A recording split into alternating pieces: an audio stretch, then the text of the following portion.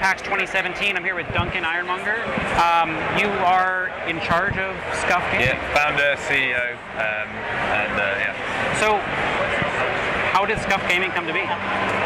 It's about 7 years ago. We started Scuf, and we created what we call paddles that go on the back of a controller. That's these things here. Yeah. So the idea is, instead of moving your thumb off the thumbstick to access the face buttons, then you use the paddles instead. So these face buttons are mimicked by the paddles. So essentially it's just so you can use more of your hand instead of actually just using two thumbs and two fingers. So we recreated the way a controller's used, and for that we've now got about 90% of pros that use our controller when they're competing in shooters like Call of Duty. So it was mostly the paddles that were the starting point of what we created. Nice. So what were some of the first controllers that you guys kind of started with? Like what kind of era of consoles? So back in the day, it was Xbox 360 was the first console that we developed the Scuf for, and our first controller was the Scuf for Xbox 360. Then it went into the hybrid, and then we moved eventually onto Xbox One. But back in the day, it was wired or wireless controllers, if you remember. Yeah. So we had the wired Xbox 360. Had two paddles on the outside, and in those days we really just it was very primitive. What we had two paddles on the back. We had trigger stops on the controller that stopped the movement of the trigger, and then we developed it into various different functionality, and eventually we kind of moved things on to a far more evolved controller like this. Nice. So like even with a lot of these guys' controllers, you're basically dabbling in PS4 and PC compatibility with the PS4 controllers, yep. And then Xbox One and PC with the Xbox One controllers. Yep. And you guys were pretty much involved in part of the creation of the Elite controller. Well, so if you go back, wind back to 2011, when we started the company, so we've probably got now 36 patents that we've been granted.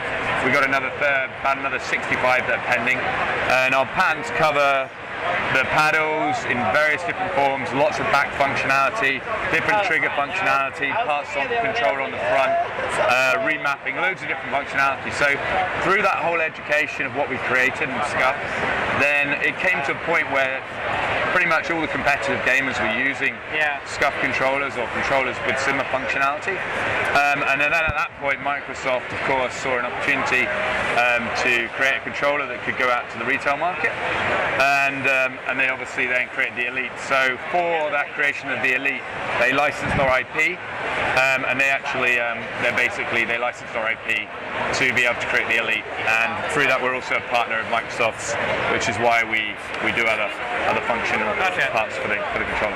So in terms of like say something like this is kind of in some ways similar to what say like Microsoft offers for their like create their own controller through the website. It's very sort of like a basic kind of color swap, nothing terribly like extensive, but you guys have extremely nice detail when it comes to like your guys' prints. Yep. So how are you guys getting this type of detail on their shelf? So we do a few things. So if you actually take this is actually for PlayStation, ironically. But it's basic color. Yeah, if you take this is one a lot of the pros use this. It's what we call the Infinity One controller, so it's for Xbox One. Yeah. It's got 4 paddles on the back, removable thumbsticks, adjustable hair triggers, trigger stops, all that stuff. But what we do is we always start with functionality. So since we started the company, it's all about functionally improving your game. Yeah. Then we look at design, and from design we go from very basic, which is just colors, to far more advanced, which will be actually the full designs, things like the... Guys, can I just come on? That's all right. No, it's still an interview here. So from the actual controller itself, you've got the designs like the brick wall here, which is Optic Gaming. Optic are clearly an enormous team in console. Well, they actually do some PC as well. But they've got enormous following. This effect here is actually a combination of hydro dipping and there's some position placement on it as well. So we do different effects. Everything's handcrafted in Atlanta, Georgia, where we're actually based out of. Got about 150 people there, and then we've also got a facility in the UK, about another 50 people there. So nice. And then you got ones where you kind of have like sort of like an actual like graphic, like an actual picture. Yeah, this slightly different effect. So this one here is one of our partners, High Res. Obviously, it makes Smite. Smite, yeah. So this is Smite Scuf controller. Okay.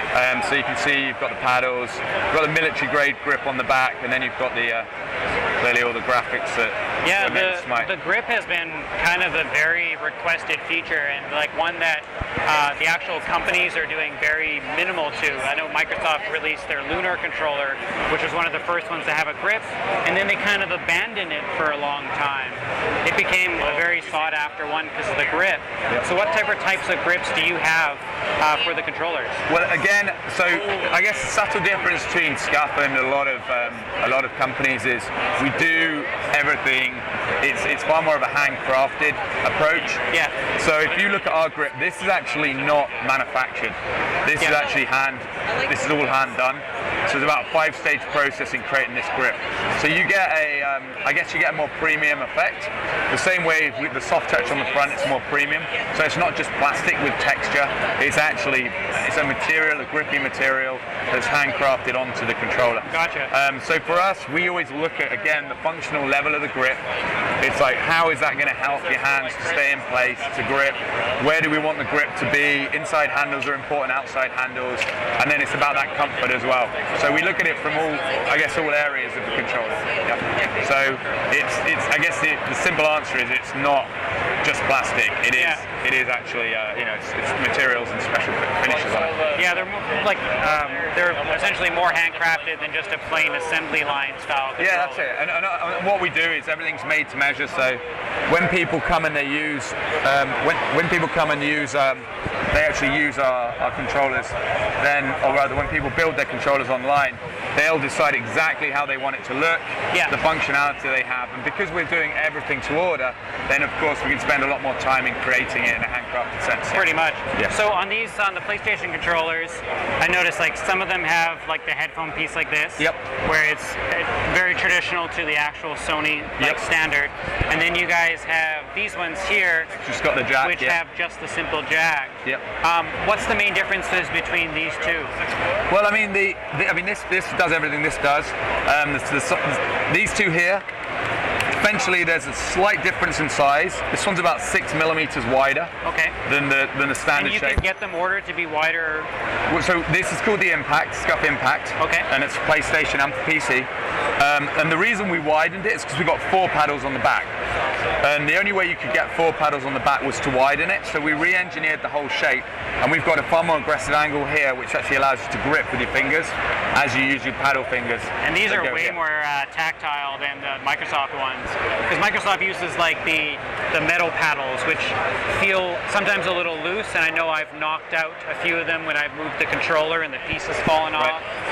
So these guys seem a lot more sturdy. Yeah, well, I think it's, everything's about choice. So for us, a lot of our community is the competitive and the pro gamers. So we care about weight. A lot of our controllers, we actually take weight out of them. So they're very, very light. If you feel them, there's not a lot of weight to them. Because you get hand fatigue if you're playing with a very heavy controller.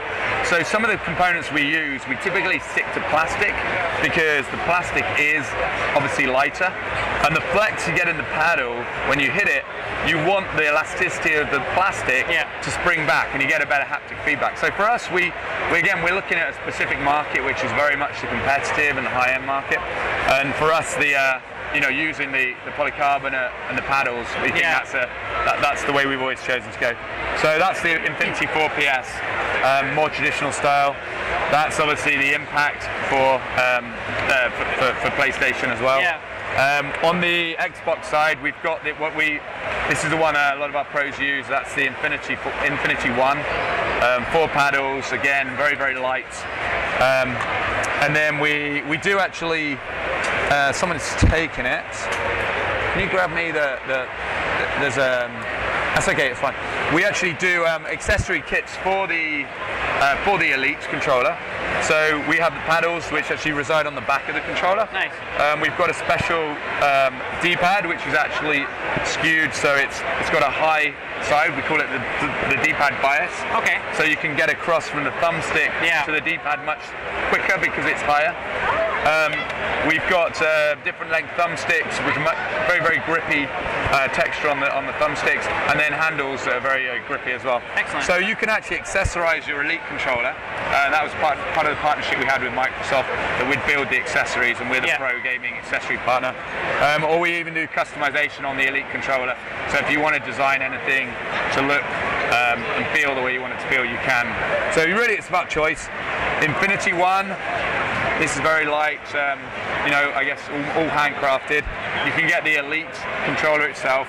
You can get the Elite accessories on the PlayStation. Then you can go for the Impact, slightly larger, 4 paddles. Nice. Or you can go for the traditional shape, if you like traditional shape. So it's really down to choice, and all the thumbsticks are removable. You just undo them, take them out. I was wondering how they would do it, yeah. Yeah, so if you wanted to take your thumbsticks out, you just wind this, and then you just pull the thumbstick out, and then you replace it with any length or size thumbstick you want. Yeah, there's a lot of people kind of jumping on those like the little plastic pieces that just kind of like fold over top of them. Yeah, yeah, exactly. So the thumbstick covers. So I mean, they're fine if you've got a standard controller and you just want to raise the height. I think they serve a purpose. But for us, we like everything to be a single piece. Yeah. The thumbstick, if it's a single piece, then you get less wiggle and movement in the thumbstick, but you also get the length advantage. The other thing we created was a technology we call EMR. So this is basically our remapping technology.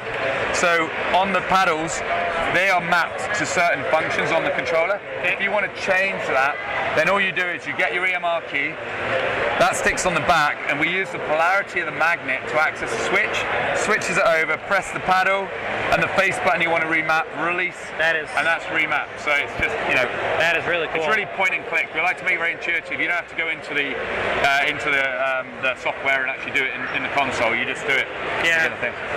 So yeah, lots of things. Triggers are removable as well. So trigger covers come off.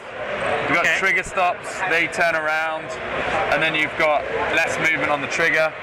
You can also mechanically tune the trigger, so you put this in here, this winds down, and then the trigger winds down. So you're reducing that movement to about 2 degrees as opposed to 25 degrees when you've got full trigger movement. Nice. So that's great for shooters.